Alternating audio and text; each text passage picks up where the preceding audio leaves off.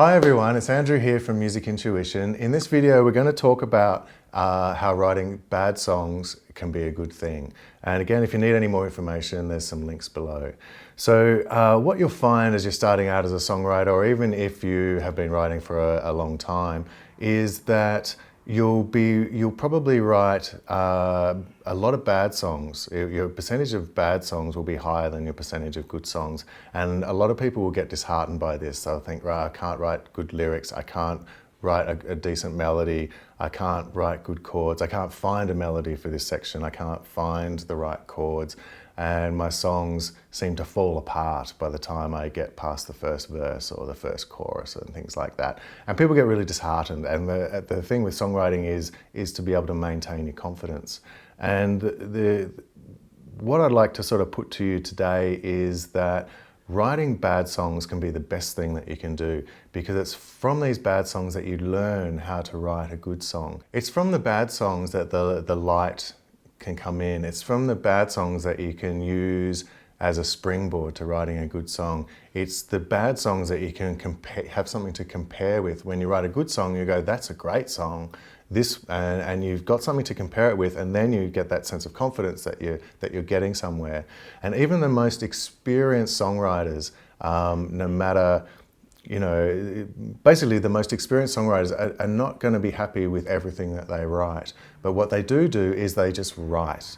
And they may find that only 50% of what they do is any good. And so they have to keep working at it and keep working at it. So it doesn't matter how experienced you are always going to write a bad lyric. You're always going to come up with a boring melody, or you're always going to sometimes struggle to find chord progressions. There are methods to eliminate this to a certain extent, but keep in mind that even the best songwriters write bad songs. If you look at Leonard Cohen, he takes up to 10 years to write a song. Like you look at Hallelujah, which has now become one of the most covered songs in the world.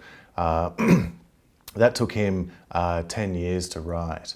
So, and I think there's like 20 or 30 verses that he wrote. He's very, very critical about what he does. I mean, when he finishes that song, it's an amazing song. The words are fantastic. Everything works together. But he's very critical. And that's the thing with writing bad songs too. One of the elements of songwriting is to be able to silence your inner critic, because particularly when you're starting out, your inner critic is going to be in the back of your mind, and it's going to be saying, that's no good, that's no good, that's no good, that's no good. You'll hear that all the time. And there are ways to silence the inner critic, which we'll go into down the track. But just be aware that your inner critic is your enemy. It can be your friend too, because it can improve your songs. But when you're initially starting to write a song, don't let your inner critic have its way. Just get the song out. And so I've got a bit of homework for you. One thing I recommend that you should try is to sit down and try and write a song a day for 30 days. Now, it doesn't matter if you get to the end of that day and the song's not finished, start a new one. It doesn't matter if you get to the end of that day and that song's no good. Don't try and perfect it. Just sit down and try and write a different song every single day.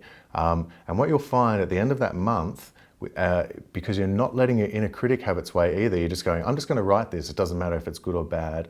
Your inner critic doesn't have any power over you. So at the end of that 30 days, you've got 30 ideas. And perhaps 20 of them will be no good. Perhaps 10 of them will be great. Perhaps 3 of them will be great. Whatever it is, it doesn't really matter. But at the end of that month, you've got maybe 3, maybe 5, maybe 10 great songs or great ideas that you can then springboard from.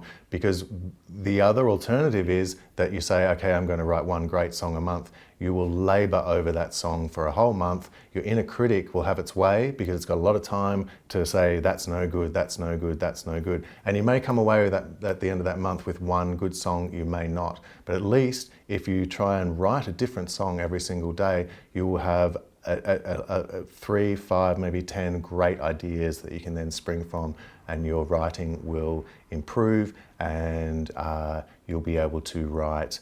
You have a lot more to work with. And so with this process, when you're writing a song a day for a month, you may also find that on day one, you'll come up with some verses, and that's as far as you get. And you may find on day 15 you might come up with a chorus, and that's as far as you get. You may find at the end of this month that those verses and that chorus actually work together as well. So basically use it as an ideas generating scenario where you're not concerned about writing a great song. You don't care if it's a bad song. You don't care if it's a bad idea, but I'll guarantee you'll come up with some fantastic ideas. So give that a shot and see how you go. Even let me know how you go with that. If you need any more details or any more information, there's some links below with some extra things. And thanks for watching, and I'll see you in the next video.